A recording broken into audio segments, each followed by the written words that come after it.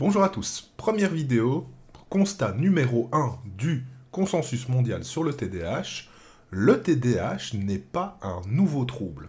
Dans cette vidéo, je tiens à vous présenter globalement ce qu'on a comme information concernant la temporalité de nos connaissances sur le TDAH. Donc, dans cette vidéo, je vais justement aborder toutes les dates importantes qui ont fait justement l'historique du TDAH aujourd'hui au travers des données du consensus mondial. Donc, le concept de TDAH, il a une longue histoire qui commence par les cliniques de pays européens. Donc, c'est pas nouveau, ce n'est pas quelque chose que nous avons découvert très récemment.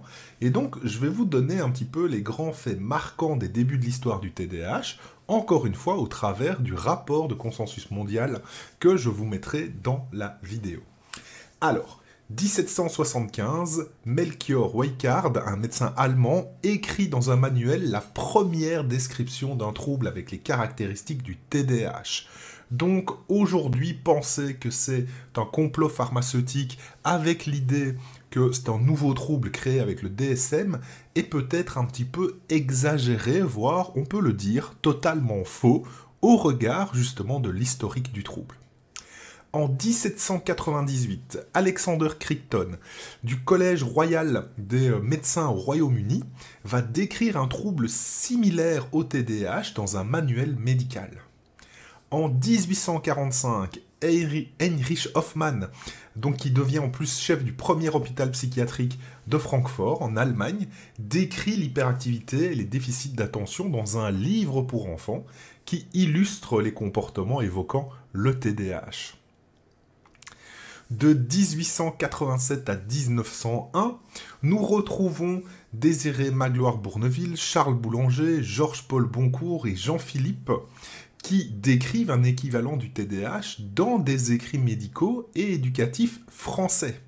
Donc dès 1900, nous avons des écrits en France sur justement l'équivalent du TDAH, en tout cas une représentation, les caractéristiques du trouble. En 1902, George Steele, médecin au Royaume-Uni, a écrit la première description du trouble dans une revue scientifique.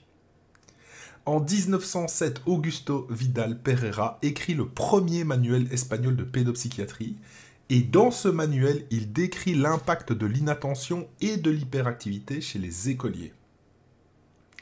En 1917, un neurologue et psychiatre espagnol, Gonzalo Rodríguez Lafora, décrit des symptômes de TDAH chez les enfants et dit lui-même qu'ils sont probablement causés par un trouble cérébral d'origine génétique.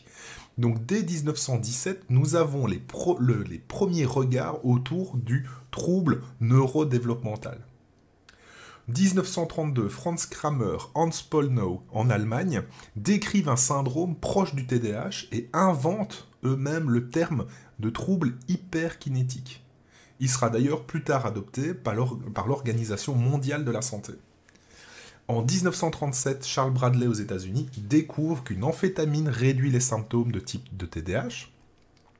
En 1940, on a des symptômes proches du TDAH chez les enfants et ils sont décrits comme un dysfonctionnement cérébral mineur.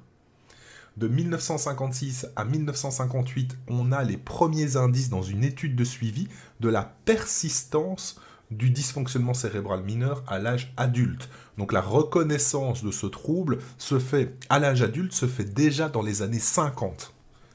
Dans les années 60, la FDA aux États-Unis approuve le méthylphénidate pour les troubles du comportement chez l'enfant. Dès lors, vous allez avoir toute une série d'études longitudinales sur le méthylphénidate. Et des années 70 à aujourd'hui, évidemment, les critères de diagnostic du TDAH évoluent sur la base des recherches, mais aussi montrent que le diagnostic prédit la réponse au traitement, à l'évolution clinique et à l'histoire familiale du trouble.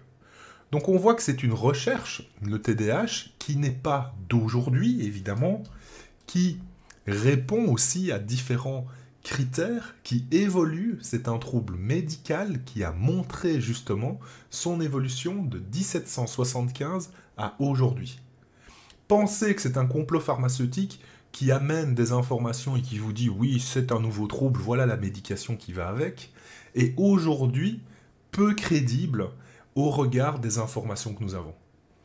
Merci au consensus mondial évidemment de 2021 d'avoir fait ce travail historique, d'avoir fait ce parcours et ce chemin pour montrer aujourd'hui que le TDAH est un vrai trouble, qu'on ne peut pas ignorer son existence et que les recherches continuent à avancer justement pour montrer et connaître d'autant mieux ce trouble pour aider un maximum de familles, que ce soit les parents, les enfants, les enseignants, mais également les adultes atteints de TDAH.